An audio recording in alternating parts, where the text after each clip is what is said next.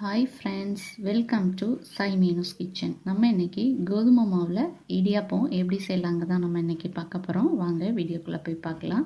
First ஒரு இட்லி பாத்திரத்தில் கொஞ்சமாக தண்ணி சேர்த்துட்டு இட்லி பிளேட்டையும் அது மேலே வச்சுட்டு அதுக்கு மேலே ஒரு பெரிய சைஸ் உள்ள காஞ்ச துணி வந்து கொஞ்சம் கூட ஈரமே இருக்கக்கூடாது, அதுமாதிரி ஒரு காஞ்ச துணி வந்து இது மேலே வந்து வச்சுருக்கிறேன். இப்போ இதில் வந்து கோதுமை மாவை வந்து நம்ம அளந்து வந்து சேர்த்துக்கலாம். இந்த பவுலுக்கு சின்ன சைஸாக இருக்கக்கூடிய இந்த பவுலுக்கு ஒரு 3 பவுல் அளவு நான் வந்து கோதுமை மாவு வந்து சேர்த்துக்க போகிறேன். இந்த அளவு வந்து ஒரு 8லேருந்து 9 பேர் வந்து தாராளமாக சாப்பிட்லாம். இந்த 3 பவுல் அளவு. நீங்கள் 4 பேர் இருக்கிறீங்க வீட்டில் அப்படின்னா, நல்லா சாப்பிட்ணும் அப்படின்னா ஒரு 1.5 பவுல் அளவு வந்து நீங்கள் வந்து சேர்த்துக்கலாம். இப்போது மாவு வந்து சேர்த்தாச்சு. இப்போது இந்த துணி வந்து கொஞ்சம் பெரிய சைஸில் உள்ளது எடுத்துருக்கிறேன். இந்த மாவு தெரியாத அளவுக்கு ஃபுல்லாக நல்லா கவர் பண்ணி நம்ம வச்சிட போகிறோம். இதுமாதிரி நல்லா கவர் பண்ணிவிட்டு இட்லி பாத்திரம் மூடியை வச்சு நல்லா மூடி ஹை ஃப்ளேமில் வச்சு ஒரு 10லேருந்து ஒரு 15 நிமிஷம் இதை வந்து ஹை ஃப்ளேமில் வந்து வேக விட்டுடலாம். இப்போது இந்த பாத்திரத்தில் வந்து மாவு குழைக்கிறதுக்குள்ளே தண்ணியை வந்து நம்ம இதில் சேர்த்துக்கலாம். நம்ம மாவு எடுத்தோம் பாருங்கள், அந்த பவுலுக்கு 4 பவுல் அளவு வந்து தண்ணி வந்து நான் சேர்த்துக்கிறேன். இந்த கோதுமை மாவு இடியாப்பம் வந்து அவ்வளோ டேஸ்ட்டாக இருக்கும், செம்ம சூப்பராகவே இருக்கும். உங்கள் வீட்டில் உள்ளவங்க எல்லாருமே விரும்பி சாப்பிடுவாங்க. கண்டிப்பாக நான் சொல்லியிருக்கிற மெத்தடில் ட்ரை பண்ணுங்கள், ரொம்ப ரொம்ப நல்லாயிருக்கும். இப்போது இதில் வந்து கொஞ்சமாக உப்பும் சேர்த்துட்டு தேங்காய் எண்ணெய் வந்து 1 ஸ்பூன் அளவு வந்து சேர்த்துக்கிறேன். தேங்காய் எண்ணெய் சேர்த்துக்கும் போது அதோடய ஃப்ளேவரும் ரொம்ப சூப்பராகவே இருக்கும். அது மாதிரி இந்த இடியாப்ப குழல்லையும் எண்ணெய் வந்து நல்லா அப்ளை பண்ணிட்டேன். இதில் போட்டிருக்கக்கூடிய அந்த அச்சு பார்த்திங்கன்னா ரொம்பவும் குட்டியாக இருக்கக்கூடிய அச்சு தான் நான் இதில் வந்து சேர்த்துருக்குறேன்.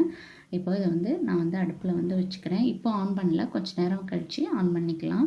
இந்த இடியாப்பத்துக்கு வந்து நான் வந்து தேங்காய் பூ வச்சு தான் நாங்கள் வந்து சாப்பிடுவோம். இப்போது தேங்காய் பூ வந்து நம்ம தெரிவிக்கலாம். நீங்கள் தேங்காய் பூ வேண்டாம் அப்படின்னு நினச்சிங்கன்னா கறி ஏதாவது வச்சு கூட நீங்கள் வந்து சாப்பிட்டுக்கலாம். இப்போது இடியாப்பம் பிழியக்கூடிய அந்த தட்டு இது. இப்போ இதில் வந்து நம்ம எண்ணெய் வந்து அப்ளை பண்ணிவிட்டு அப்படியே கூட நம்ம பிழிஞ்சிக்கலாம். அப்படி இல்லைன்னா இதில் ஒரு துணியை விரிச்சிட்டு கூட நம்ம விரிச்சிக்கலாம். இப்போது இதை வந்து ஓப்பன் பண்ணி பார்த்துக்கிறேன். மாவு வெந்திருக்கான்னு நம்ம செக் பண்ணிக்கலாம். ஒரு 10 நிமிஷம் போதும், கூடி போனால் ஒரு 15 நிமிஷம் இந்த மாவு வேகிறதுக்கு. அதோட பச்சை ஸ்மெல் எல்லாம் போகணும். அதுக்காகத்தான் இது மாதிரி நல்லா கவர் பண்ணி வேக வைக்கணும்னு சொன்னேன். இப்போது இது வந்து நல்லா வெந்து வந்துருச்சு. அது மாதிரி நம்ம வேக வைக்கும்போது இந்த மாவில் வந்து அந்த வெந்து வரக்கூடிய அந்த தண்ணி இருக்கும் பாருங்கள், அந்த பிளேட்டில் உள்ளது எதுவுமே இதில் வந்து விழக்கூடாது. அது மாதிரி நல்லா கவர் பண்ணிட்டு தான் இதை வந்து நல்லா வேக வைக்கணும். இப்போ இதை வந்து வேறொரு பாத்திரத்தில் வந்து எடுத்து போட்டுடலாம். நம்ம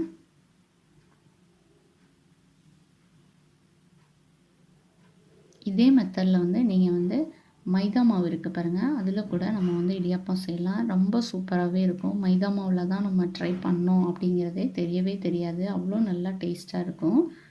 சாதாரணமாக அரிசி மாவில் பண்ணக்கூடிய இடியாப்பத்தை விட இதுமாரி கோதுமை மாவில் நீங்கள் ஒரு தடவை நீங்கள் ட்ரை பண்ணிங்கன்னா நெக்ஸ்ட்டு அதே மாதிரி தான் நீங்கள் ட்ரை பண்ணுவீங்க. இப்போது இதை வந்து நல்லா உடச்சி விட்டாச்சு. இப்போ இதில் கொஞ்சம் சூடு இருக்குது. இப்போது தண்ணியும் வந்து அடுப்பை ஆன் பண்ணிட்டேன். அது வந்து நல்லா கொதித்து வந்துருச்சு. இப்போ இந்த கொதித்த தண்ணியை வந்து நம்ம இதில் வந்து அளந்து நம்ம சேர்த்துக்கலாம். ஒரு 3 பவுல் அளவு வந்து நான் கோதுமை மாவு சேர்த்துருந்தேன். ஃபஸ்ட்டு 2 பவுல் அளவு நல்லா கொதித்த தண்ணியை வந்து நான் இதில் வந்து சேர்த்துட்டு நல்லா மிக்ஸ் பண்ணி விட்டுக்கிறேன்.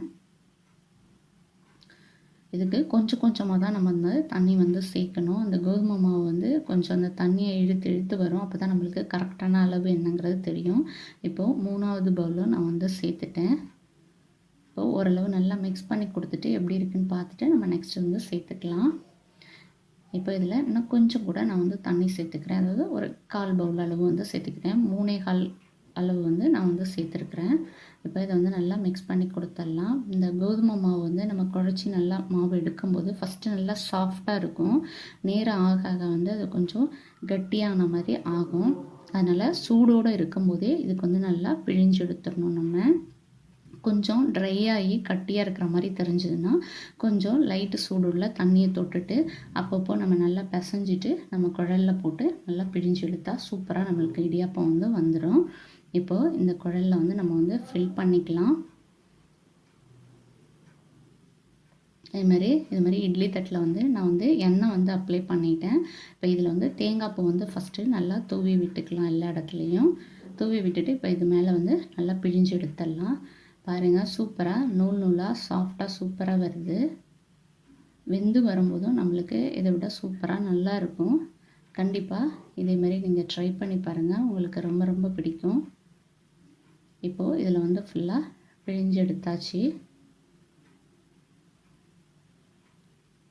நெக்ஸ்ட்டு இந்த மாவு பாருங்கள், இப்போ கொஞ்சம் ட்ரையாக இருக்குது. நம்ம அடுத்து பிசையும் போது கொஞ்சம் தண்ணியில் நனைச்சிட்டு நம்ம நல்லா மிக்ஸ் பண்ணிவிட்டு கூட நம்ம இதில் வந்து பிழிஞ்சிக்கலாம். இப்போது இந்த இடியாப்பத்தட்டுலேயும் நல்லா இது மாதிரி பிழிஞ்சு விட்டுக்கிறேன். விருப்பப்பட்டிங்கன்னா இது மேலே தேங்காய் பூ கூட நம்ம வந்து தூவி விட்டுக்கலாம். இப்போது ஃபஸ்ட்டு இது எல்லாமே பிழிஞ்சு எடுத்துட்டேன். இப்போ இதை வந்து நம்ம இட்லி பாத்திரத்துக்குள்ளே வச்சு வேக வச்சிடலாம். பாருங்கள், இந்த இட்லி பாத்திரத்தில் தண்ணி வச்சுருக்கேன். தண்ணி கொதித்த பிறகு நம்ம இதை வந்து உள்ளே வந்து இறக்கி வச்சிடலாம்.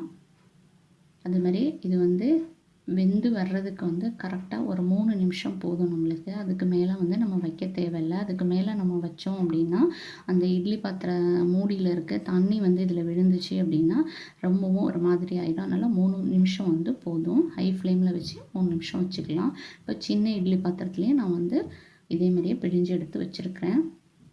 3 நிமிஷத்துக்கு அப்புறம் நான் வந்து ஓப்பன் பண்ணி பார்த்துக்கிறேன். சூப்பராக வெந்து வந்துருச்சு. இப்போ இதை வந்து நம்ம எடுத்துடலாம்.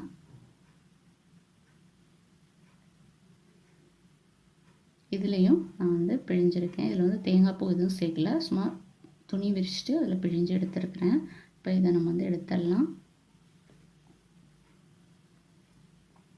பாருங்கள், சூப்பராக நம்மளுக்கு வந்து இடியாப்பம் வந்து ரெடி ஆயிடுச்சு. கேரளாவில் வந்து இது வந்து நூலப்பம்னு சொல்லுவாங்க. ஃபஸ்ட்டு தேங்காய் பூ தூவிட்டு அதுக்கு மேலே வந்து பிழிஞ்சு எடுக்கிறோம். இதே மெத்தடில் நீங்கள் அரிசி மாவுலையும் நீங்கள் வந்து பண்ணலாம். இப்போது இந்த துணியில் இருக்கிறதே நம்ம எடுத்துடலாம். துணியிலேருந்து வரலை அப்படின்னா அதில் லைட்டாக தண்ணி வந்து லைட்டாக தெளிச்சிட்டு எடுத்தோன்னா நம்மளுக்கு சூப்பராக வந்துடும். பாருங்கள், ஒன்றோட ஒன்று ஒட்டாமல் சூப்பராக நம்மளோட இடியாப்பம், கோதுமை இடியாப்பம் வந்து ரெடி ஆயிடுச்சு. கண்டிப்பாக நீங்களும் ட்ரை பண்ணி பாருங்கள், உங்களுக்கும் ரொம்ப ரொம்ப பிடிக்கும். அவ்வளோ சாஃப்டாக எவ்வளோ அழகாக இருக்குது பாருங்கள். டேஸ்ட்டும் சூப்பராகவே இருக்கும். இப்போது இது மேலே வந்து நம்ம தேங்காய் பூ வந்து துருவி அதை வந்து சேர்த்துட்டு ஒயிட் சுகர் அப்படி இல்லைனா வெல்லம் வந்து சேர்த்து நம்ம சாப்பிட்லாம். அப்படி இல்லைன்னா கறி ஏதாவது சிக்கன் கறி, மட்டன் கறி எதுனாலும் நம்ம வந்து எடுத்து சாப்பிட்லாம். நம்மளுக்கு சூப்பராக இருக்கும். கண்டிப்பாக இது உங்களுக்கு பிடிச்சிருக்கும் அப்படின்னு நம்புகிறேன். பிடிச்சிருக்கு அப்படின்னா லைக் பண்ணுங்கள், மறக்காமல் ஷேர் பண்ணுங்கள். எப்படி இருந்துச்சுங்கிறத உங்களோட ஃபீட்பேக்கை கமெண்ட்டில் வந்து சொல்லுங்கள். நம்ம சேனலை சப்ஸ்கிரைப் பண்ணலை அப்படின்னா சப்ஸ்கிரைப் பண்ணிக்கோங்க. ஓகே ஃப்ரெண்ட்ஸ், தேங்க்ஸ் ஃபார் வாட்சிங். நெக்ஸ்ட்டு நல்ல ஒரு வீடியோட உங்களை மீட் பண்ணுறேன். அது வரைக்கும் பாய்.